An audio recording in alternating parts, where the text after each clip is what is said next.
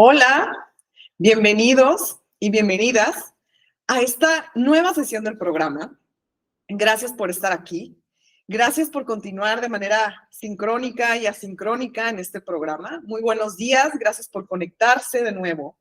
Hoy, este jueves lluvioso, aquí en Tijuana, 1 de febrero del 2024, siendo las 9 en punto, aquí en Tijuana, Baja California, les doy la más cordial bienvenida y sobre todo con mucha sinergia en esta nueva sesión. Sean todos ustedes bienvenidos y todas, ¿ok? Muchísimas gracias. Y bueno, hoy es un día más en el cual juntos estamos creando esta sinergia en este camino de la paz positiva, donde la construcción de paz es el camino. Muchísimas gracias, bienvenidos y bienvenidas. Y bueno, recordando qué es lo que hemos visto en la sesión anterior, qué es lo que hemos visto. Yo entiendo que es un gran logro que ustedes estén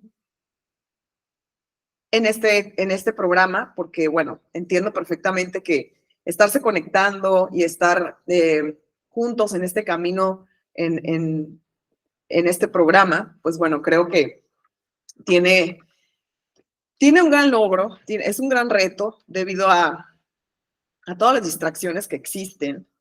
Y por supuesto que la construcción de paz a veces se olvida, entiendo, estos temas no son muy bien recordados, pero bueno, es un gusto que estemos aquí reunidos, es un gusto que estemos conectados, que estemos cada semana hablando de temas diferentes. Muchísimas gracias por ello. Y bueno, esta sesión que está siendo grabada, pues me da mucho gusto que vea que hay movimiento en cuanto a que vean los videos. Entonces, muchísimas gracias por estar aquí.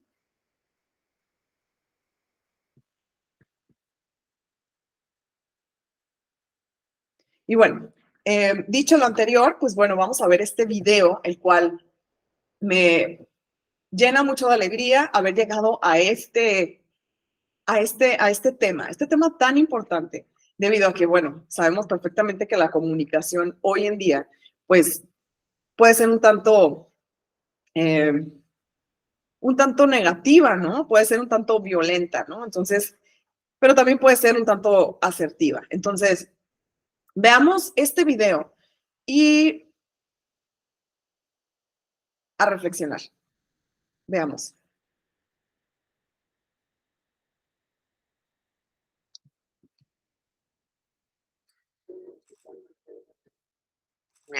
La pasión por querer transformar el mundo, realmente. Y creo que la amistad es esa energía que hace que nosotros podamos reconocernos realmente como gente innovadora, porque eso es la amistad, la capacidad de ver en el otro esa persona que es, y que toda persona, absolutamente toda persona, es capaz de tener una fuente constante de innovación. Pero es una fuerza que es capaz de resistirse inclusive a esas dos presiones que muchas veces tenemos de las leyes o de las reglas del juego que a veces impone el mercado y el Estado.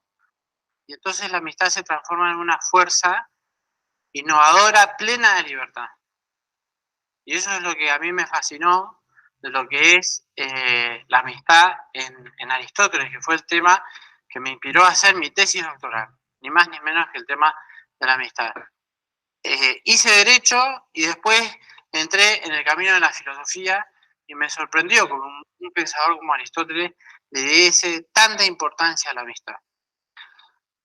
Si nosotros tuviéramos que comprender hoy la amistad, diríamos que la amistad es hoy lo que tantas veces se habla como liderazgo, emprendedurismo, porque lo que tienen los amigos es esa capacidad de querer justamente ayudarse unos a otros a crecer sin restricciones, sabiendo comprender las dificultades del otro. Tantas veces cuando escuchamos lo que significa el trabajo en equipo, pues el trabajo en equipo es una energía que es transformadora y que puede realmente, y es real, no es poesía, somos capaces verdaderamente de transformar el mundo.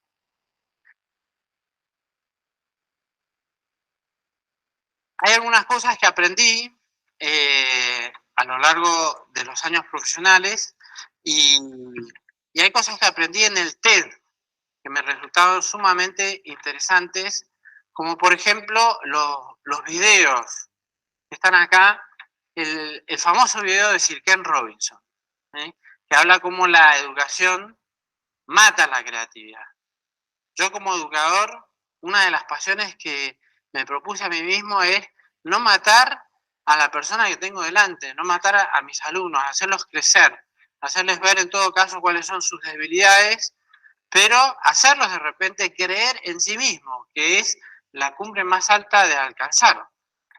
Bueno, pues otro video muy interesante me resultó el de Jill Taylor, que es un video donde ella relata su propio infarto cerebral en el hemisferio izquierdo y entonces la experiencia que ella tiene, que es una experiencia muy espiritual de tener vigente su hemisferio derecho, le hace percibir otro tipo de energía que la vincula extremadamente, profundamente a la gente.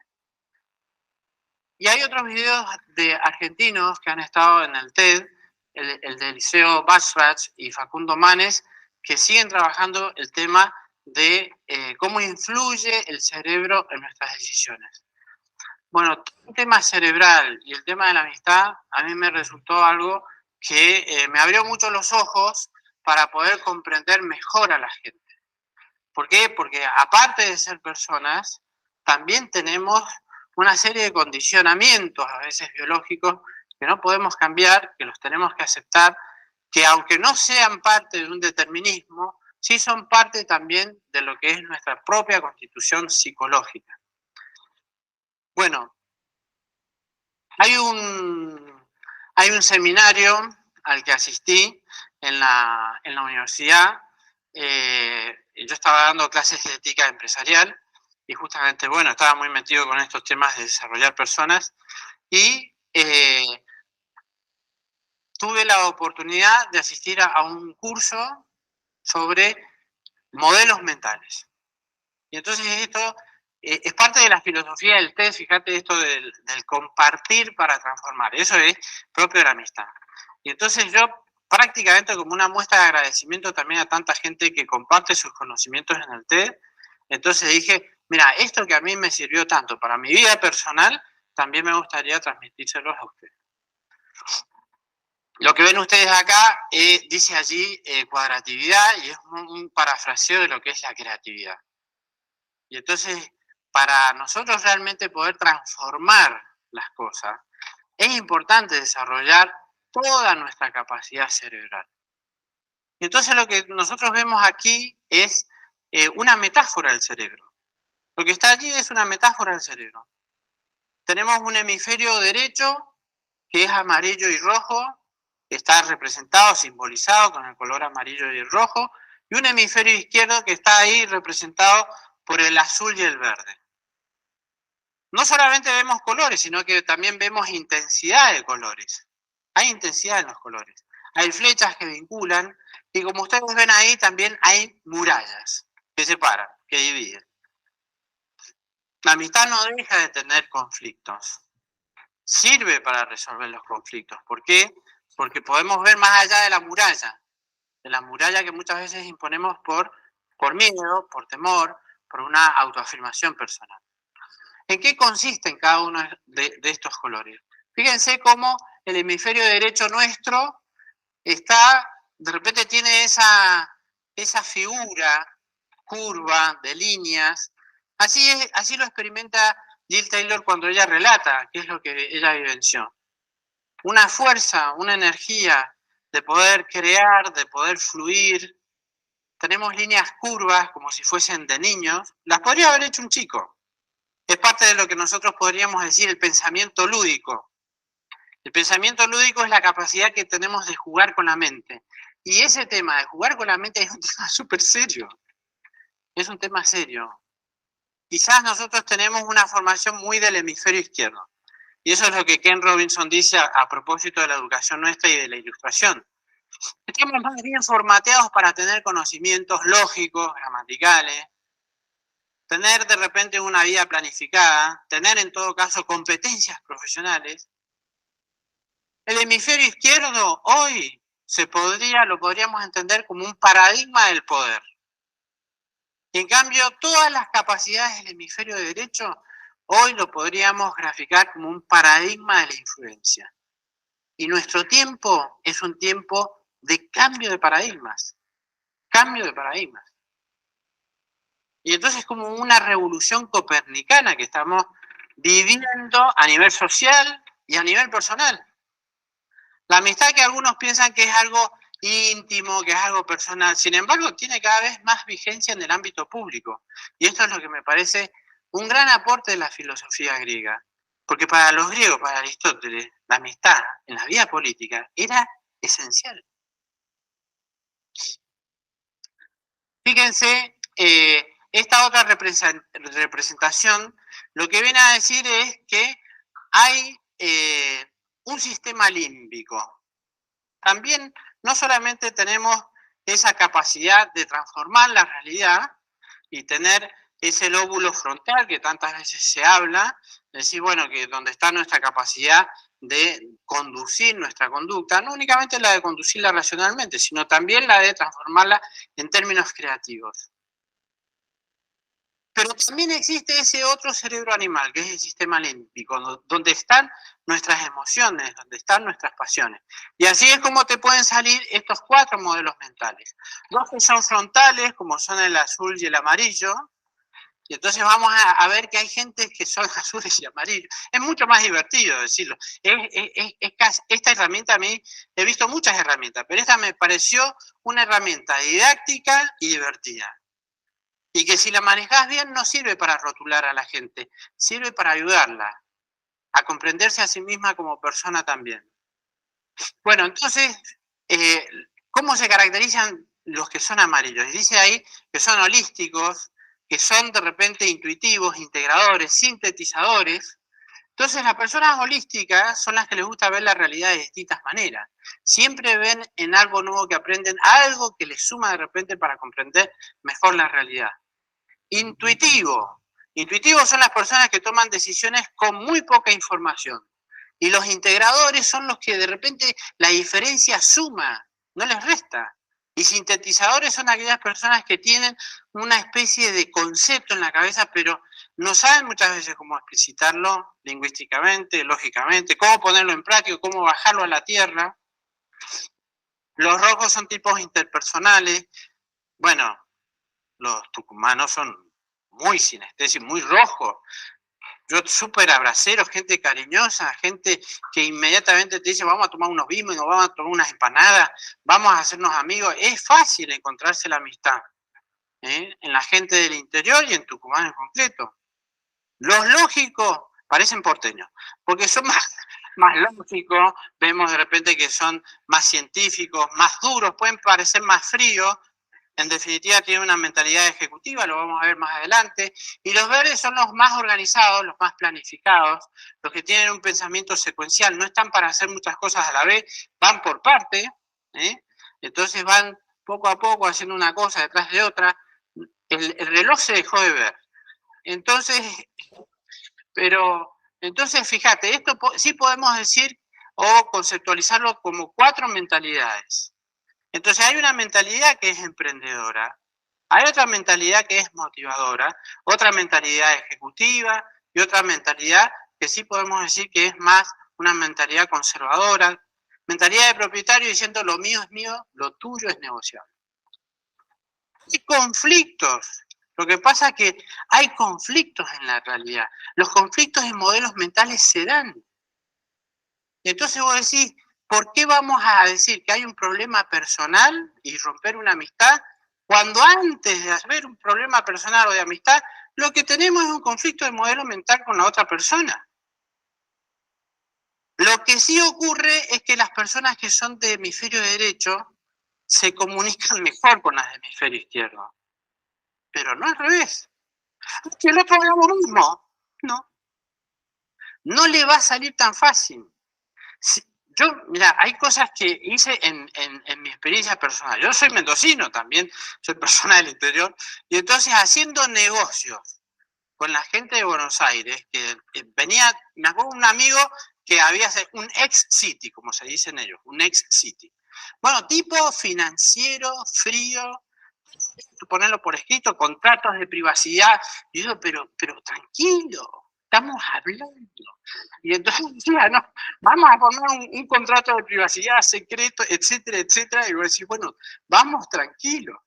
Bueno, y entonces yo lo que hice, como buen pibe de hemisferio derecho, recién estrenando estas cosas, dije, bueno, me voy a hacer socio, me voy a tratar. No logré nada, me mató a número. Y no se generó una confianza. Lo que entonces después aprendí es que sí es verdad que si yo soy más hemisferio derecho, tengo que crecer. Si yo quiero progresar en la vida, tengo que crecer.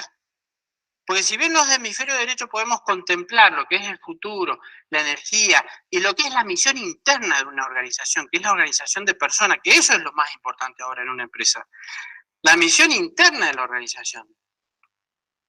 Después está la misión externa, que es por la que te pagan, la que tienen en todo caso también reconocimiento legal, que tenés que cumplir con las reglas de juego de la sociedad, etcétera, etcétera.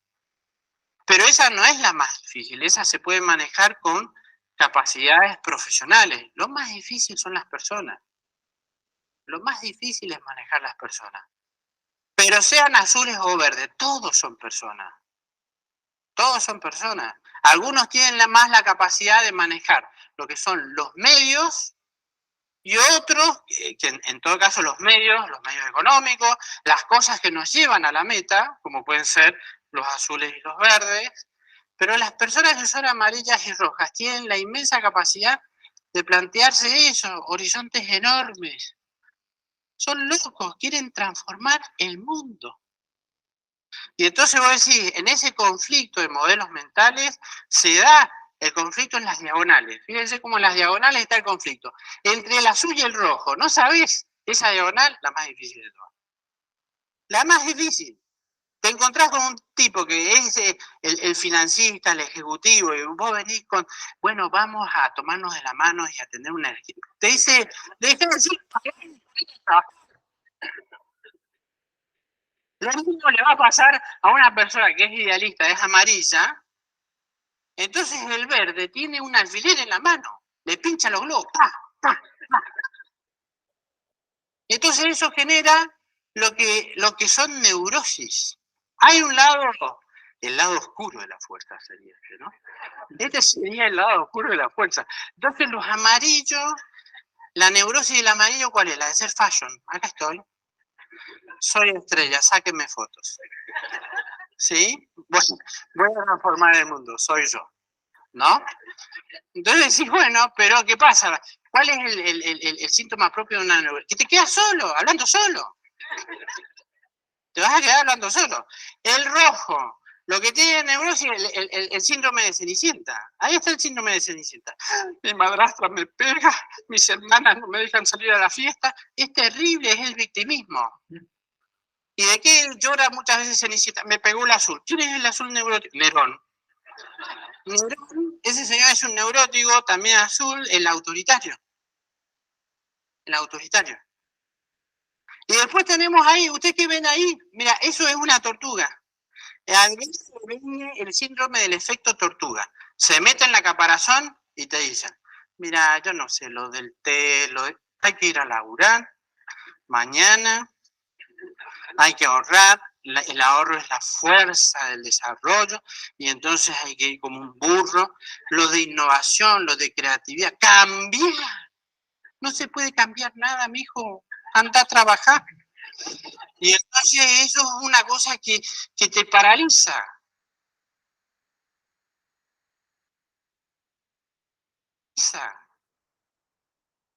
Entonces, fíjate que da vértigo dar el paso.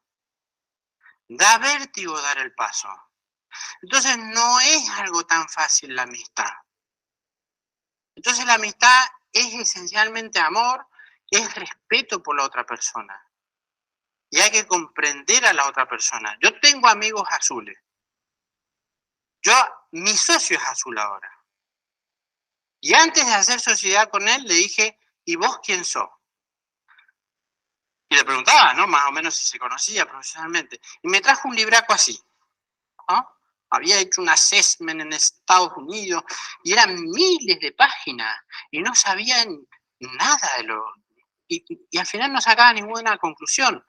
Esto fue algo muy sencillo y me di cuenta que mi socio sí que es muy azul, pero también tiene una cuota de amarillo y de rojo a través de la cual nosotros nos podemos comunicar. Yo evidentemente soy muy amarillo y rojo, pero necesito a alguien que haga bien los números. Necesito a alguien que también haga bien los contratos. Ese es el modo que tenemos de progresar. Está bárbaro que seamos idealistas, pero si queremos transformar la realidad, no basta con ser creativo. Y entonces, si ustedes me dicen, ¿cuál es la fuerza más importante para la creatividad? Esa, la grandeza de nuestro futuro, está en la fortaleza de nuestro corazón, en la capacidad de trascender la frontera de los modelos mentales, de querer a la gente como es, de saberlos llevar, de saber establecer canales de comunicación, de saber que en el fondo el corazón es más importante que la cabeza. Muchas gracias. Me parece sumamente importante esta perspectiva, por eso gracias por también estar viendo este video y reflexionar juntos. Es importante saber cómo es que cada uno de nosotros tenemos como, que no se nos olvide, yo sé que todos sabemos que necesitamos de todos, ¿no? Entonces, la importancia de reconocer el cómo nos comunicamos, porque el tema de hoy es ese, y el cómo, cuáles son nuestros enfoques cuando solucionamos algún conflicto también. Entonces, la comunicación asertiva es un tema que hay que tatuarlo en nosotros y practicarlo. La asertividad es lo que nos va a ayudar a hacer el cambio. La escucha activa también nos va a ayudar muchísimo. Y bueno, yo aquí les pongo, todavía estamos como que en el inicio de esta sesión, nada más recordándoles sobre todas las emociones, ¿no? Las emociones que vimos en la sesión anterior, les mencioné que eran 27 por ahí las que el programa da a conocer. Martín, como psicólogo, nos dio a conocer esta rueda en donde básicamente las emociones que tenemos son el miedo y que se desglosa en todas estas grises, la ira que se desglosa en todas estas, más de color rosa, el asco, ¿no? Esta es otra, se desglosa en varias, ¿no? La tristeza, la felicidad. Y bueno, ¿cuál es el objetivo de esta sesión? La importancia de saber que nosotros tenemos diferentes enfoques del conflicto y la importancia de saber cómo familiarizarnos con los diferentes enfoques que existen. También se intenta en este programa que tomemos conciencia de nuestro propio enfoque. También la intención es que aprendamos que la forma en que se aborda un conflicto va a tener un impacto en el resultado, obviamente, de la disputa, del conflicto, ¿no? Y bueno, también una de las intenciones de esta sesión es que reconozcamos o aprendamos que si somos conscientes de nuestro enfoque del conflicto y los diferentes enfoques del conflicto que existen, podemos cambiar estratégicamente nuestro enfoque de conflicto para ser más eficientes en la resolución de los conflictos. Y bueno, voy a empezar con los puntos importantes de esta sesión. Creo que es importante saber que todas las personas de este planeta reaccionamos ante el conflicto de muchas maneras diferentes. Algunas queremos evitar el conflicto, ¿no? ¿Cuántas veces nos hemos encontrado con personas que evaden el conflicto, lo evitan? Otras personas ven el conflicto como una razón para competir. Estas personas que siempre están a la defensiva de querer ganar. Otras prefieren ceder para terminar con el conflicto y otras ven el conflicto como una oportunidad para colaborar. Llamamos a las diferentes formas en que las personas tienden a lidiar con los conflictos a enfoques del conflicto, ¿ok? Otro punto importante que quiero recalcar en esta sesión es que existe una lista muy larga de cosas que dan forma a la manera en que abordamos el conflicto. Es importante destacar que nuestro enfoque del conflicto no tiene por qué ser el mismo durante toda nuestra vida. Las experiencias que vivimos, las cosas que aprendemos y las personas que conocemos pueden hacernos cambiar nuestro enfoque del conflicto. Aunque todos tenemos nuestro enfoque del conflicto, tenemos el poder de abordar el conflicto de una manera diferente.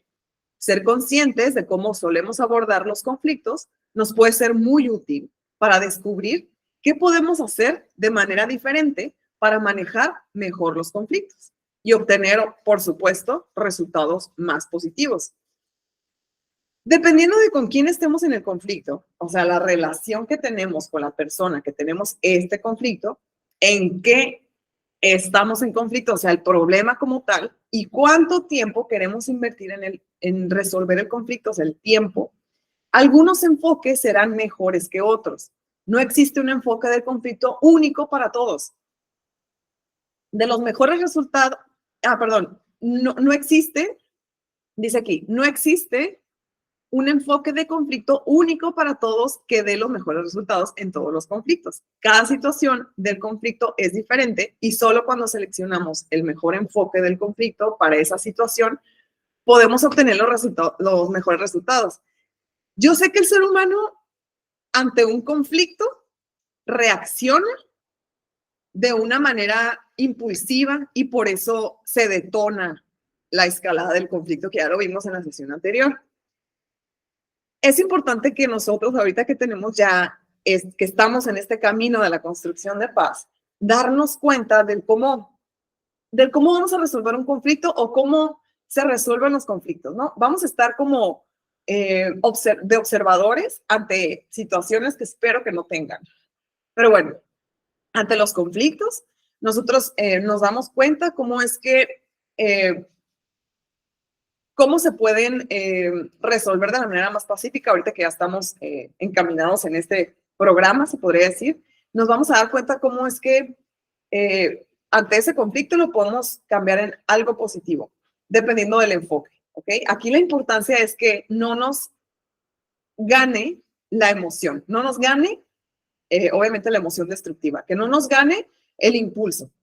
Y bueno, los estudiosos de la resolución de conflictos han identificado que los intentos de intervenir positivamente en un conflicto suele estar motivado por la voluntad de lograr uno de estos tres objetivos principales que les pongo, que son gestionar el conflicto, resolverlo o transformarlo. Y uno de ellos es el cómo manejamos los conflictos. Algunas personas ven los conflictos violentos como una consecuencia inevitable de las diferencias en valores e intereses dentro y entre las comunidades. Piensan que dado a estas diferencias siempre existirán, dado que a estas diferencias siempre van a existir, tratar de resolver estos conflictos por completo no es algo realista. Por lo tanto, al intervenir en un conflicto, su objetivo es contener la violencia y ocasionalmente llegar a compromisos políticos para que la violencia pueda dejarse de lado temporalmente. Para este enfoque, las circunstancias que producen el conflicto siempre van a estar ahí, por lo que el máximo que se puede lograr es gestionar las diferencias para que las consecuencias más negativas del conflicto se puedan prevenir temporalmente. Según esta visión, el conflicto no se puede resolver de forma permanente, pero sí se puede gestionar, ¿ok? Otro enfoque es la resolución de conflictos. Este enfoque no se centra en por qué diferentes personas tienen posiciones, intereses y necesidades en conflicto. En cambio, se centra en cómo se puede mejorar la comunicación entre las partes para que las tensiones en las posiciones, intereses y necesidades se puedan reducir o se puedan eliminar. Un supuesto fundamental de la resolución de conflictos es que los conflictos a menudo se basan en la falta de comunicación y los malentendidos, por lo que enfatiza la intervención de constructores de paz capacitados para facilitar el diálogo entre las partes. La esperanza es que al descubrir las necesidades e intereses subyacentes, ya sabemos cuáles son, a las posiciones de las partes, pueden encontrar soluciones creativas que antes se pasaban por alto. Otro enfoque es la transformación de los conflictos. Esta está estrechamente relacionada con la prevención de los conflictos. Un término amplio que se refiere a actividades y estrategias diseñadas para prevenir y neutralizar los posibles desencadenantes de conflictos violentos generalizados. La prevención directa de conflictos implica intervenciones a corto plazo para prevenir el inminente estallido de violencia. La prevención de conflictos estructurales se refiere a los cambios institucionales o de base a largo plazo diseñados para crear una paz sostenible al abordar las causas subyacentes de la violencia. Y bueno, ya que sabemos perfectamente que el conflicto, ya que sabemos acerca de los enfoques del conflicto, aquí, por ejemplo, la mayoría de estos enfoques caen en un espectro que va de competitivo a cooperativo. Cuando las partes ven un conflicto como una situación en la que todos ganan, es decir, que un lado puede ganar solo si el otro lado pierde. Aquí están en competencia, ¿no? Estas personas compiten por lo que quieren. Y bueno, como resultado, van a intentar reclamar la mayor cantidad posible de los problemas o artículos en discordia, ¿no? En situaciones como los deportes, por ejemplo, la competencia puede ser positiva, ¿no? Pero cuando las partes intentan ganar recursos o poder, un enfoque competitivo se puede volver destructivo rápidamente. Y bueno, de lo contrario, cuando las partes pueden ver que la situación no tiene por qué ser ganar-perder, aquí se puede cooperar para encontrar una solución mutuamente aceptable. Cuando las partes cooperan, cuando estas dos personas cooperan, exploran los intereses y las necesidades subyacentes a sus posiciones y buscan formas de satisfacer algunos o todos sus respectivos intereses y necesidades. Si no se acuerdan acerca de las necesidades, vayan ya que se acabe la sesión, vayan a ver cuáles son ellas. Acuérdense que son 9, ¿ok? Y bueno, cuando las partes cooperan, exploran los intereses y las necesidades subyacentes, sabemos eso, ¿no? Sus posiciones y buscan formas de satisfacer algunos o todos sus respectivos intereses y necesidades. Y bueno, hay una lista sumamente larga de cosas que dan forma a la manera en que abordamos el conflicto. Nuestra personalidad, ya lo vimos en el video de Andrés, el que acabamos de ver ahorita, ¿no? Donde vimos los tipos de personalidades, el cómo influyen en los conflictos, ¿no? Nuestra personalidad y nuestras experiencias también, nuestras experiencias pasadas que nos hacen reaccionar ante situaciones hoy en día de una manera impulsiva. Y bueno, esto tiene un papel muy importante en la configuración de nuestros enfoques del conflicto. El lugar donde vivimos también y las prácticas, así como la cultura de la comunidad, también son sumamente importantes. La forma en que nosotros, en que todas las personas que nos rodean abordan los conflictos también puede influir en la forma en que los enfrentamos. Es importante también, es importante destacar que nuestro enfoque del conflicto no tiene por qué ser el mismo durante toda nuestra vida. Sabemos perfectamente que nosotros vamos transformándonos, vamos cambiando, y entonces no siempre va a ser el mismo enfoque. Las experiencias que vivimos, las cosas que aprendemos y las personas que conocemos pueden hacernos cambiar nuestro enfoque del conflicto. Y bueno, además de los diferentes enfoques del conflicto que pueden adoptar las partes, también existen varios métodos para resolver el conflicto. Algunos de ellos, bueno, van a involucrar las acciones de las partes mientras que otros van a involucrar nada más la asistencia de un tercero que no está relacionado con la discordia, ¿no? En este caso, pues va a ser un mediador. ¿Cuál de estos métodos será el más eficaz para un conflicto en particular? Esto va a depender de las características del conflicto y de los objetivos de las partes. Y bueno, durante una negociación, sabemos que ahí es donde surge esta iluminación entre las partes, en donde llegan a acuerdos. Aquí es una forma de comunicación muy interesante que sucede entre las dos partes. Ya sucede en la mediación, ya sucede al final, ¿no? Ya es cuando se va a acordar. Cuando sucede la negociación es cuando ya se va a acordar, ya se vayan a llevar acuerdos para resolver los conflictos entre las partes. El objetivo aquí en la negociación, pues obviamente es lograr un acuerdo que sea aceptable para las dos partes que están involucradas. Y bueno, esto se va a suceder a través de un diálogo interactivo. Las negociaciones van desde lo más informal, así como un trueque en el mercado, hasta más formales, ¿no? Como las negociaciones entre jefes de Estado también. Otro método para resolver conflictos, por aquí se los puse en la diapositiva, es la negociación humanitaria. Tenemos que saberlo porque somos constructores de paz, y si estamos metidos en esto y te llega la oportunidad de poder resolver conflictos a nivel humanidad, bueno, es este tipo de negocios humanitarios, ¿no? Este tipo de negocios tiene lugar exclusivamente en conflictos y situaciones humanitarias. Las negociaciones humanitarias son una forma especializada de negociación que se lleva a cabo con el fin de garantizar la prestación de protección y asistencia humanitaria a las poblaciones vulnerables, preservar el espacio humanitario y promover un mayor respeto, por supuesto, del derecho internacional. Entonces, vean la importancia, vean la trascendencia del por qué hay que crear la sinergia de esta paz positiva que se requiere, ¿no? Y bueno, en tercer lugar, por supuesto, la mediación. En la mediación sabemos que es un proceso mediante el cual un tercero ayuda a dos o más partes en conflicto a prevenir, a gestionar o resolver el conflicto. Este mediador le ayuda a desarrollar acuerdos mutuamente aceptables.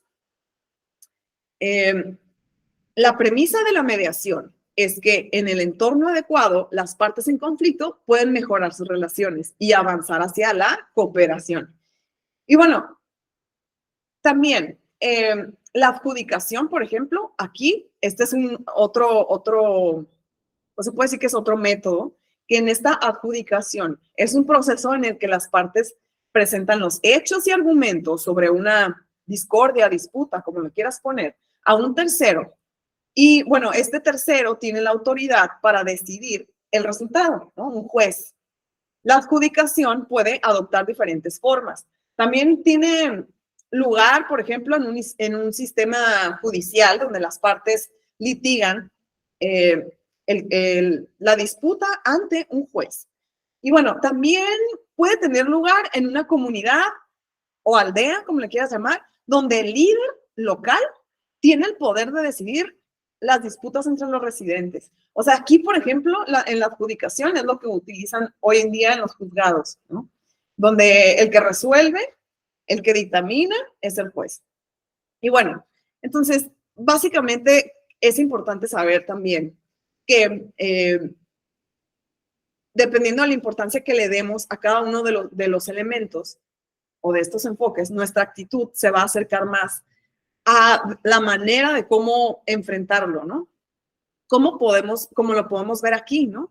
En este gráfico, en donde, por ejemplo, yo aquí les pongo competición, o sea, la competencia. Cuando yo les decía, cuando tienes un enfoque, que siempre estás compitiendo, que siempre quieres ser el mejor, donde yo gano siempre y tú pierdes siempre, ¿no? Este es un enfoque. El otro, en donde es importante, es importante que muchas personas sepan que este enfoque es el más pacífico, que es el de ganar, que es la mediación asociativa, ¿no? Entonces, en la mediación asociativa se utiliza la cooperación y la negociación, ¿ok? Y por supuesto que hay otro enfoque en donde eres una persona que pues que quieres que pierdes para que la otra persona gane, ¿no? Para que la otra persona gane.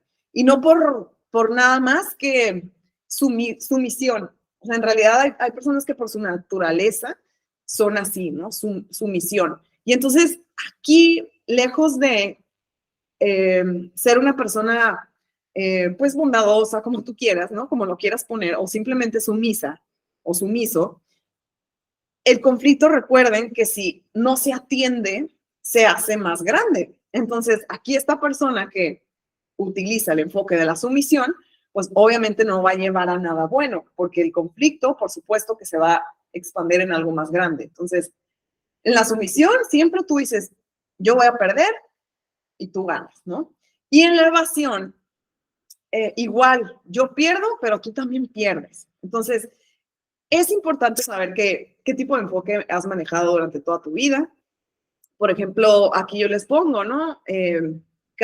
Los puntos de cada uno, los puntos importantes de los estilos de cómo enfrentamos un conflicto, que es la competencia, la sumisión, la evasión, la cooperación y la negociación. Y bueno, cuando compites, la relación no importa, ¿no? En última instancia, para conseguir mis objetivos, puedo llegar a eliminar a la otra persona, excluirla, marginarla, etcétera. Entonces, hay muchos trabajos que hay conflictos por ese punto, ¿no? Por el tema de que siempre quieres ser mejor, siempre estás compitiendo. Y bueno, pues en realidad ese es un gran problema, ¿no? El tema de siempre estar en donde yo gano y tú pierdes, pues bueno, es un catalizador gigante para un conflicto.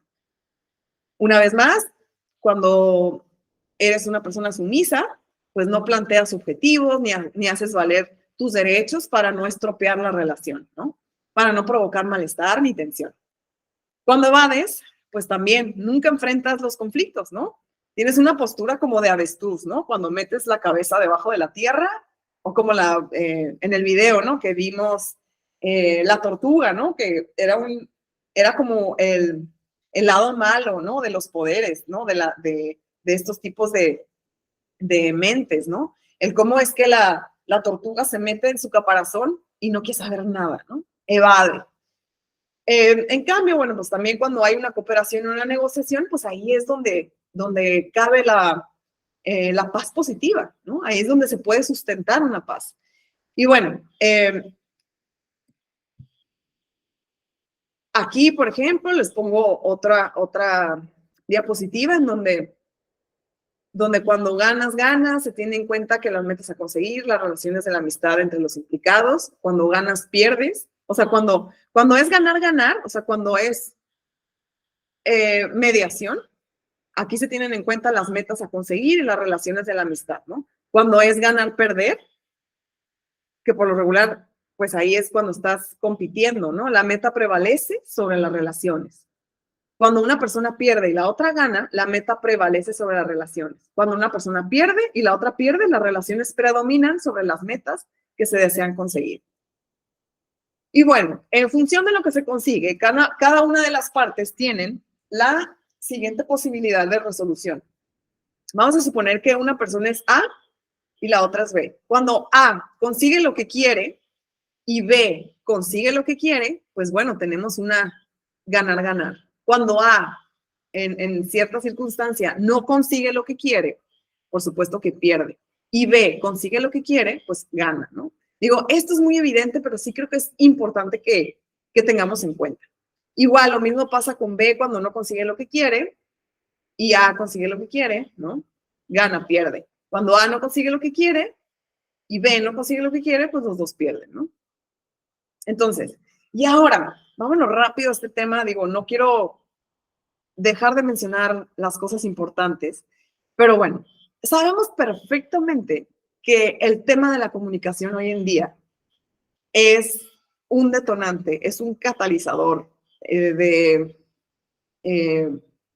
problemas, se podría decir, o de cosas buenas, ¿no? Que también es tanto una comunicación asertiva y una comunicación violenta, se podría decir, ¿no? Estas dos existen y bueno, creo que hay veces que no nos damos cuenta y estamos cayendo en una comunicación, pues, que no es nada constructiva. La comunicación, sabemos perfectamente que tiene un papel muy importante en la resolución de conflictos. La comunicación eficaz puede prevenir conflictos, mientras que la comunicación ineficaz, pues por supuesto que puede ser la causa de los conflictos. Cuando tratamos de hablar sobre cosas que hace otra persona y que no nos alegran, es mejor usar mensajes del yo. Ahorita vamos a ver esto. De esta manera estaremos hablando desde nuestra experiencia en lugar de enfocar nuestros mensajes en la otra persona.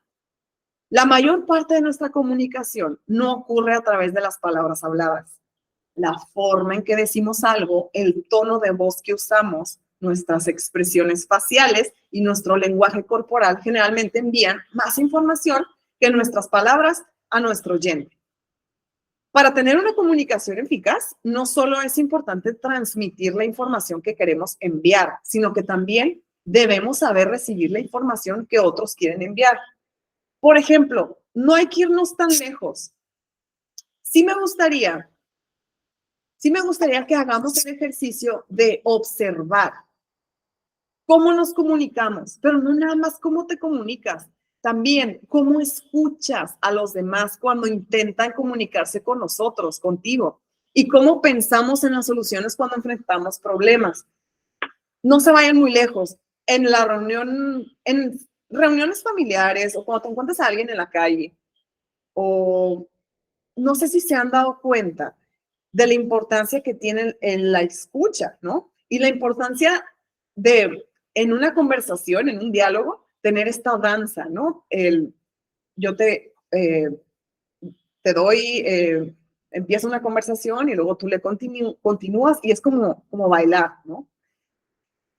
Yo he tenido experiencias en donde es como una comunicación como deprisa, ¿no? Como de que te voy a contestar lo que ya sé que me vas a decir.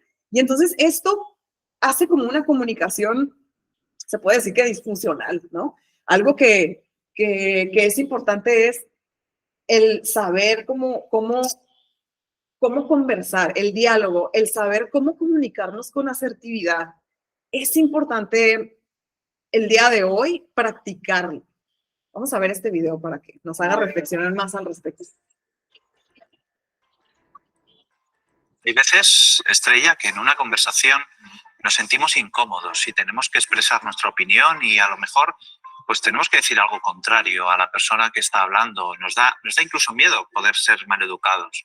Pero ¿cómo podemos expresar asertivamente nuestra opinión sin quedar mal, ¿no? O sin hacer quedar mal a alguien? A conversar de una manera armoniosa se aprende y se aprende practicando.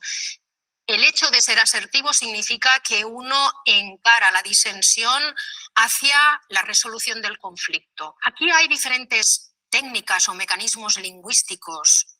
Por ejemplo, en muchas ocasiones algo que podemos decir a nuestros jóvenes, ¿no? Si vas a expresar una crítica a alguien, a un amigo o una amiga, en lugar de hacer recaer toda la responsabilidad de la acción en el otro con un tú, y esto te gustará porque tiene que ver con los pronombres personales, intenta formular la frase a partir de yo, ¿no? Por ejemplo, supongamos que hay un amigo que ha decidido por nosotros dos que vamos a ir al cine a ver tal película y nosotros empezamos a estar un poco hartos de que esa persona decida siempre. ¿Cómo se lo decimos sin ser bordes, sin ser rancios, pero sin dejar de decirlo? Una de las posibilidades es formularlo a partir del yo y decir, mira, yo a veces me siento un poco como si fuera medio tonta porque nunca puedo elegir. Estoy haciendo un ejemplo banal.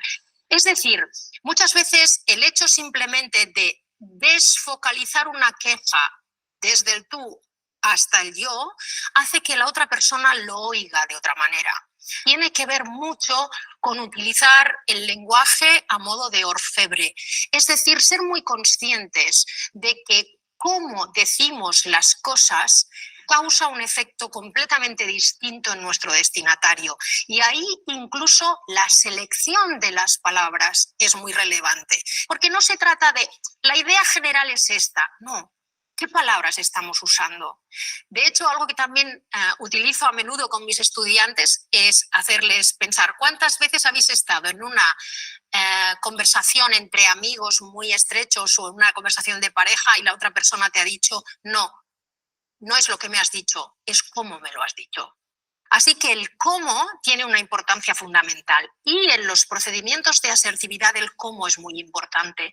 Así, por ejemplo, yo también suelo decir, es mucho más valiente, arriesgado, estimulante, en lugar de quejarte, hacer una petición. Y esto es algo con lo que nos hemos encontrado todos en nuestra vida. Pum, pum, aquí alguien que se está quejando, con razón probablemente, pero nunca, nunca me dices que estoy guapo, que estoy guapa. Yo ya me siento criticada, luego me voy a poner a la defensiva. Así que es más asertivo convertirlo en una petición. Oye, no sabes lo feliz que me hace cuando me dices que estoy guapo, cuando me dices que estoy guapa. Entonces, fíjate que tiene que ver también con un cambio de foco. En la petición la responsabilidad está en el yo. Yo me hago responsable de que a mí eso me hace feliz y te lo pido. En cambio, en la queja lo que estamos es lanzándole toda la responsabilidad al otro. Mira, otro mecanismo que me parece interesante es la conveniencia de ser concreto. Por ejemplo, en mi experiencia como asesora con profesionales en las organizaciones, he percibido que a menudo en nuestras organizaciones las instrucciones son muy genéricas. Por ejemplo, alguien acaba de incorporarse al equipo y pregunta, ¿cómo tengo que hacer esto? Y las respuestas que recibe son, y tú y yo podríamos jugar a completar esto. Como quieras, como tú veas, tú mismo, ¿qué? O como siempre hemos hecho aquí. Es una falta de especificidad absoluta que hace que si la otra persona lo ha hecho mal, es su responsabilidad, pero yo no he dado ninguna indicación. Para el caso de los docentes, supongamos que un estudiante nos presenta un escrito, vamos a decir, mejorable. Hay dos opciones: devolver el escrito diciendo, este escrito es un desastre.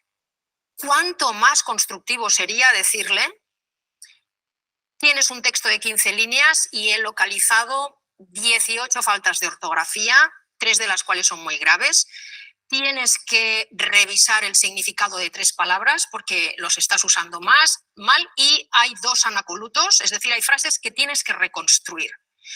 Fíjate que ahora hemos sido mucho más asertivos, hemos sido mucho más concretos y mucho más específicos. ¿Qué hemos hecho? Colaborar en la resolución del problema. Cuando los padres valoramos algo de nuestros niños o cuando los profesores valoramos algo de nuestros estudiantes, es bueno especificar en qué sentido eso que han hecho ha sido valioso, porque eso les permite observar, advertir que la persona que está evaluando está valorando, se ha fijado verdaderamente y se ha tomado el trabajo de salir de los tópicos, de las fórmulas, por decirlo así. Así que, en un sentido más amplio, podríamos decir que la recomendación es, en la medida en que pueda, sé concreto. Todos ellos son mecanismos que nos ayudan, como ves, a conversar de una manera más armoniosa para todos. Todos ganamos con ello, ¿no?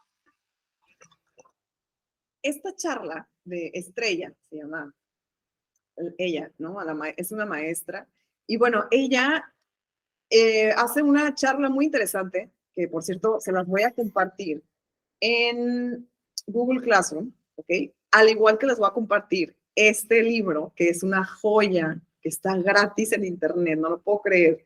Pilar de la Torre, Fundamentos y Prácticas de Comunicación No Violenta. Este libro ya está listo para compartírselos. La comunicación no violenta, bueno, es algo importante, ¿no? Que menciona este libro. Es un proceso que tiene que ver con nuestras aspiraciones más profundas. Es simple y accesible a todos, pero también nos ayuda a evolucionar en nuestra manera de ser en relación con nosotros mismos y con los demás, a mantener el diálogo en situaciones de desacuerdo o conflicto, a desarrollar nuestra capacidad de encontrar con los demás soluciones creativas de cooperación, como lo que vimos hace rato. La integración del proceso de comunicación no violenta necesita de cada uno tiempo y práctica para adquirir mayor fluidez. Con el fin de continuar con el aprendizaje y encontrar apoyo podemos consultarlo todo en este libro, ¿no? Y bueno, también menciona las 4 etapas del proceso de comunicación no violenta. Esto lo podemos ver a detalle en ese libro. A mí, de verdad que es una gran joya que esté en internet. Y bueno, no la voy a tener nada más yo, también se las voy a compartir. Y bueno, antes de cerrar con la sesión, quiero darles a conocer algunas habilidades para tener en cuenta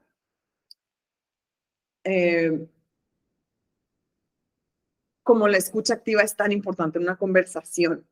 Así como el diálogo, también la escucha activa es sumamente importante. Primero que nada, cuando vamos a suponer que alguien está contándote un relato o estás escuchando a alguien atentamente en este baile de una conversación, porque me gusta llamarlo baile porque hay veces en los bailes, ¿no? Como hay personas que te pisan, ¿no? O que no están concentradas en la música o incluso que no fluye, ¿no? Cuando estás bailando a lo mejor te pisan, ¿no? O tú pisas a la persona. Entonces, igual en una conversación, ¿cuántas veces hay alguien que te atropella con sus comentarios o que a lo mejor piensas que no te escucha, ¿no? O cuando quieres expresar algo de verdad profundo y que esta persona no te pone la atención que tú esperabas, ¿no? Y bueno, es importante también que nos demos cuenta cómo es que nos enseñan a leer y escribir en la escuela, ¿no? Nos enseñan, pero en realidad escuchar atentamente a conversar tampoco lo hacen, ¿no? Entonces, es importante tomar en cuenta que, como lo decía en el libro ahorita que les acabo de mencionar, cómo es que esto es práctica para que fluya, ¿no? Tenemos que practicarlo para que fluya. Y primero que nada, bueno, el consejo que te da este programa y que te lo expreso de la mejor manera posible es, 1, que valides cuando alguien te esté contando algo, que lo valides, ¿no? Por ejemplo, validar lo podemos aterrizar como, no sé, puedo ver de dónde vienes o definitivamente tienes un buen punto. No sé, como que con esos detallitos, cuando estás escuchando a alguien, pues ya estás validando una escucha, ¿no? Que lo estás escuchando o la estás escuchando. También hacer preguntas, qué importante es, por ejemplo, en un mediador, en un constructor de paz, para poder llegar a una resolución. Es importante que nosotros como mediadores hagamos preguntas, porque de ahí surgen los conflictos, de ahí tú avientas la pregunta y esta persona responde y resulta que de su respuesta ante tu pregunta concluyó que está mal o que puede cambiar o que no sé. Entonces, cuando estás escuchando, por ejemplo, hacer preguntas es muy importante. Puedes decir, cuando estás escuchando, no sé, es un decir, puedes decir, no estoy seguro de entender, creo que sé lo que quieres decir, pero solo quiero volver a verificar. ¿Podrías, de favor, explicarme esto de nuevo? O lo que quieres decir es esto. Y entonces, hacer preguntas. Otra cosa, ¿no? No menospreciar con el usted o el tú. Lo que decía Estrella en el corto que les di a conocer. Es importante dar a conocer en lugar de decir, tú eres un perezoso o tú eres una, no sé, egoísta o tú eres esto, ¿no? Entonces, empezar a decir, yo me siento muy deprimida cuando dices que soy perezoso o yo estoy muy feliz cuando llegas a tiempo, ¿no? O sea, cambiar el cómo te sientes es como darle a conocer a esta persona cómo es que no lo vas a agredir con el tú eres esto, tú eres el otro, o sea, más bien lo vas a cambiar y vas a decir, yo me siento muy feliz cuando,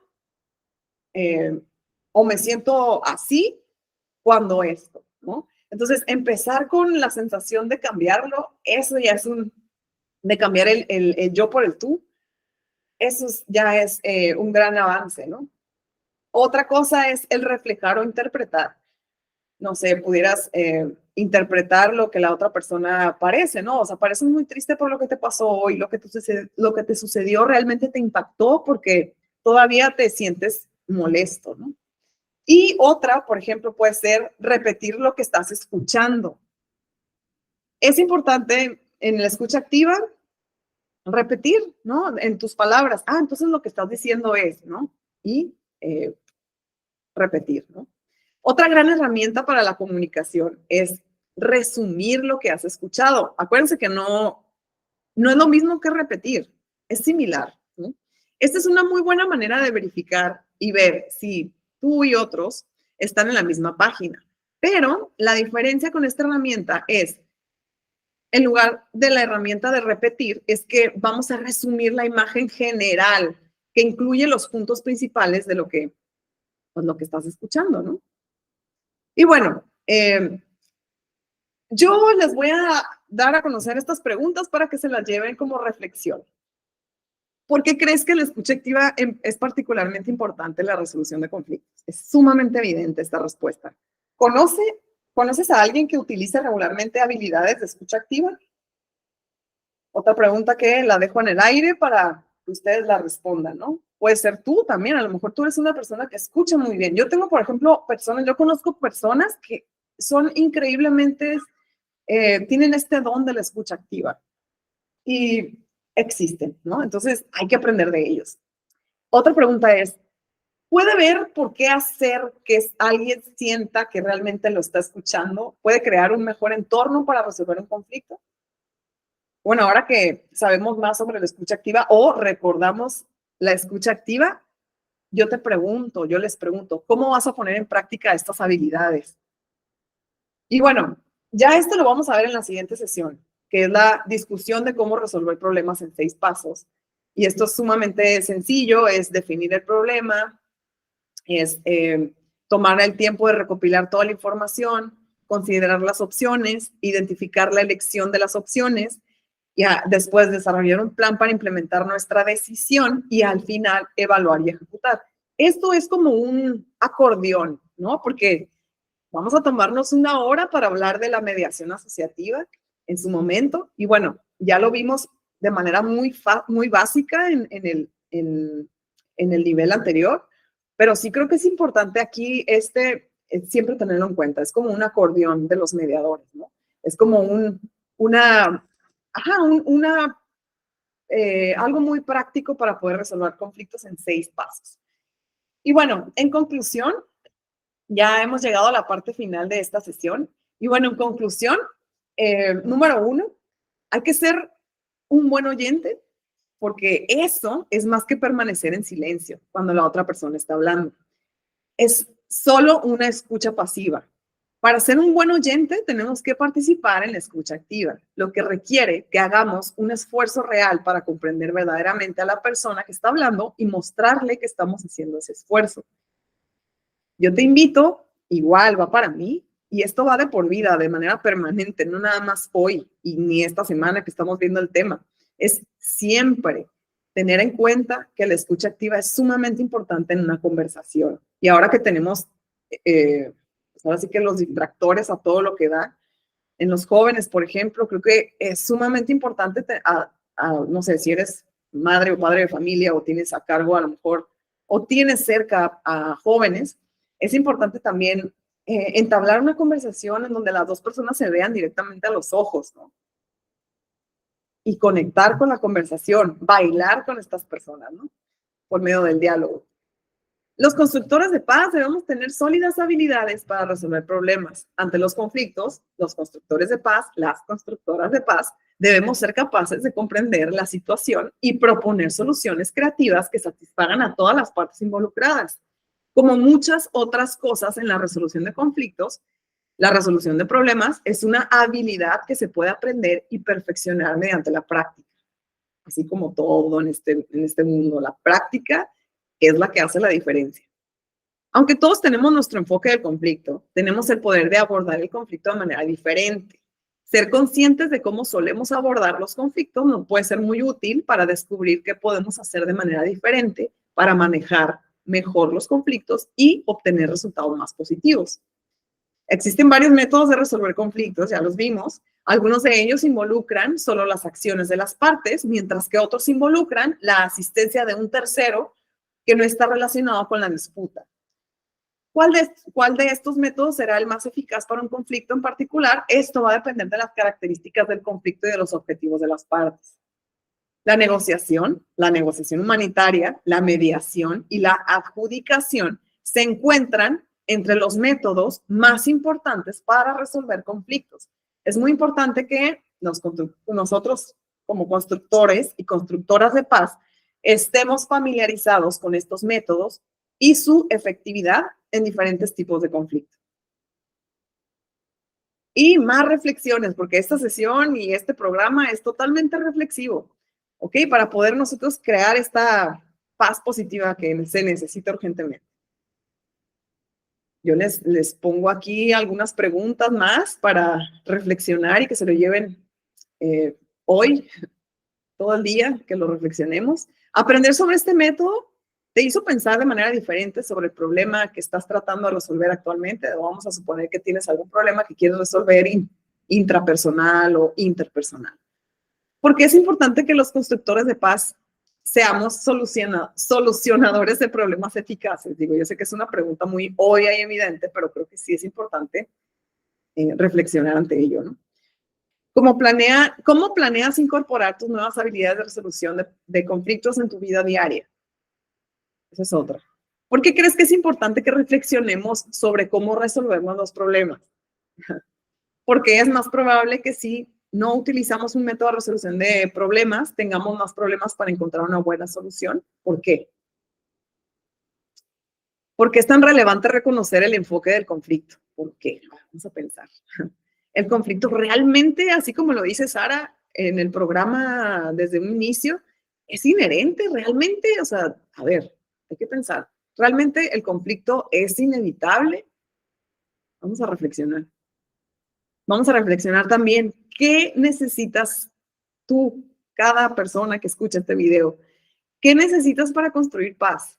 Pero paz verdadera, no una paz superficial, paz verdadera. Y bueno, por supuesto, ya antes de cerrar la sesión, pues yo quiero invitarlos a que terminen esta sesión y le den clic a el video para meditar que tienen en sus bitácoras o en su Google Classroom, en su plataforma. En cada una de las sesiones, por ahí les comparto videos para meditar. Y creo que hoy, en este día tan bonito, lluvioso, porque a mí sí me gusta, bueno, digo, aunque se pone muy feo Tijuana, pero sí me gusta que los árboles se humedezcan. En este día lluvioso y siempre, los voy a invitar y las voy a invitar a que se tomen un espacio de paz y tengan unos mínimos 10 minutos para construir paz desde su interior, porque así es como vamos a hacer la diferencia. Muchísimas gracias por llegar hasta aquí conmigo y pues bueno, no sé si tienen ustedes alguna duda, algún comentario, es bienvenido.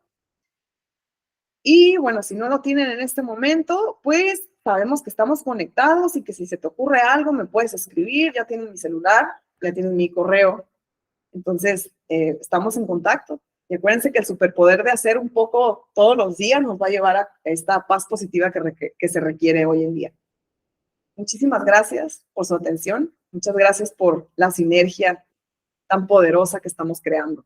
Gracias, nos vemos en la siguiente sesión, el siguiente jueves, aquí en la misma hora, por la misma plataforma. Muchas gracias por sus comentarios. Gracias. Que tengan un excelente día. Les mando un abrazo desde aquí. Lindo día para todos y todas. Gracias, Elena. Igualmente. Gracias, Jonathan. Gracias a los que se conectaron y a los que nos están viendo también. Muchísimas gracias. Gracias. No me voy a cansar de decirlo. Gracias a practicar la comunicación asertiva. Nos vemos. Adiós.